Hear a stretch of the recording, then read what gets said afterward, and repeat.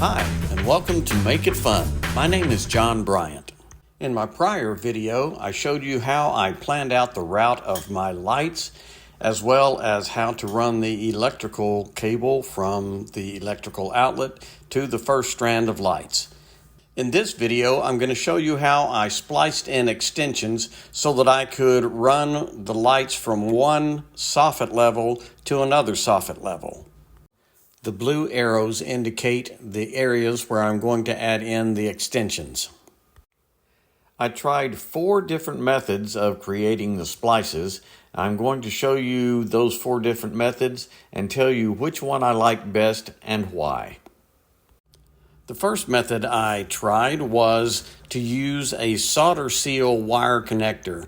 Basically, the idea is you use a heat gun and you also have a heat shrink wire connector, and inside of that connector there is solder that melts down when you heat it up enough. You strip back some of the coating on the wire so that you expose the wire on both the extension and the light cable. Once you've done that, you twist the wires together and then place the ends of both the extension wire and the light wire into one of the connectors.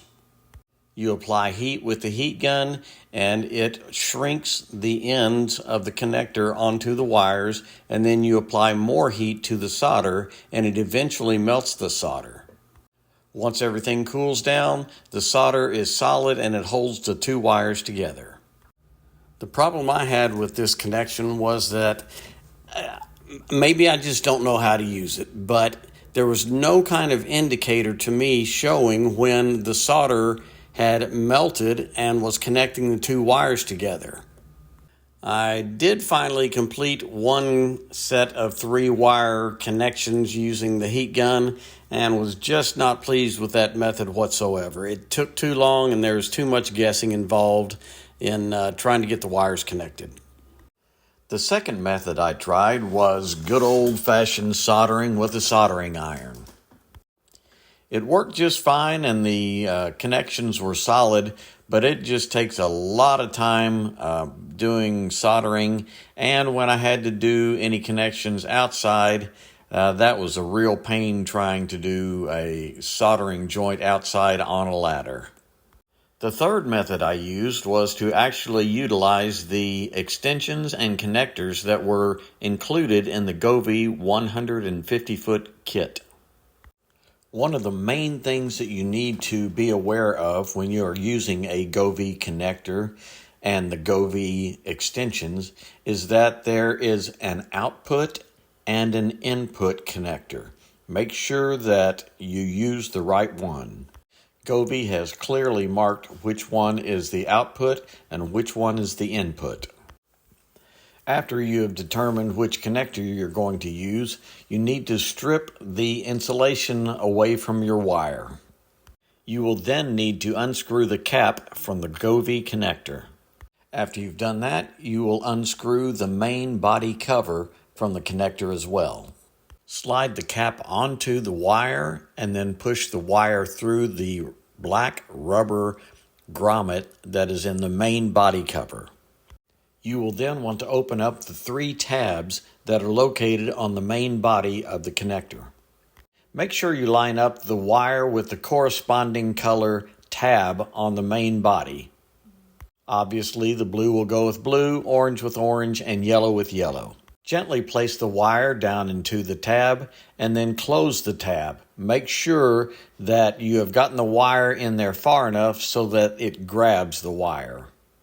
Once you have all 3 wires in place and you know that you've got a good connection, you will want to screw back together the 3 parts that make up the connector. Once you have tightened down the 3 parts, you should have a good watertight seal. The thing that I like the best about this Govee supplied connector is that it is really easy to do and it works well. The thing that I don't like about the Govee connector is that it's really bulky. In fact, it was so bulky that I got back on the ladder and went up and spray painted the connection a darker color in hopes that it would blend in and fade away and not be so readily seen. If it hadn't been for them being so bulky, this would have been my favorite connector. The fourth and my most favorite method of connecting the wires together was using a crimping tool and crimping connectors that I got off of Amazon. It was basically the same process as using the heat gun and melting the solder down, only instead of melting the solder, you used a crimper and crimped the wires together within the connectors. To me, the Govee supplied connectors were the easiest method of making connections, but this was probably second in line. The reason, again, that Govee wasn't my favorite was because they were so bulky. Now, this method wasn't without its own trials and tribulations, but overall, I liked using it the best, and I thought it looked the best on the connections. You simply twist the wires and then put them into the connectors. Take your crimping tool and crimp each wire into the connector. And once you've got that done, take your heat gun and shrink the connector down so that it is nice and tight against the wire. I also put another shrink wrap connector over top of those just to make sure that I had a good watertight seal. The reason that I liked this type of connection best was, number one, it wasn't bulky and it didn't stick out and like a sore thumb as you were looking up at the soffit. And it was also pretty easy to do. I had a couple of instances where I did not get the wire crimped on really good and I had to redo it. But overall, it was a pretty easy experience, easy connection to make, and it seemed to work really well. Another added bonus was that it was pretty quick to get done. Alrighty, those are the 4 different methods that I use to make connections when adding in extensions on my Govee permanent lights. I hope that this has helped you out. In the next video, I'm going to show you how I actually strung the lights onto the soffit of the house. That'll be my last one. Thanks for watching. If you would, please like and subscribe. It really helps the channel.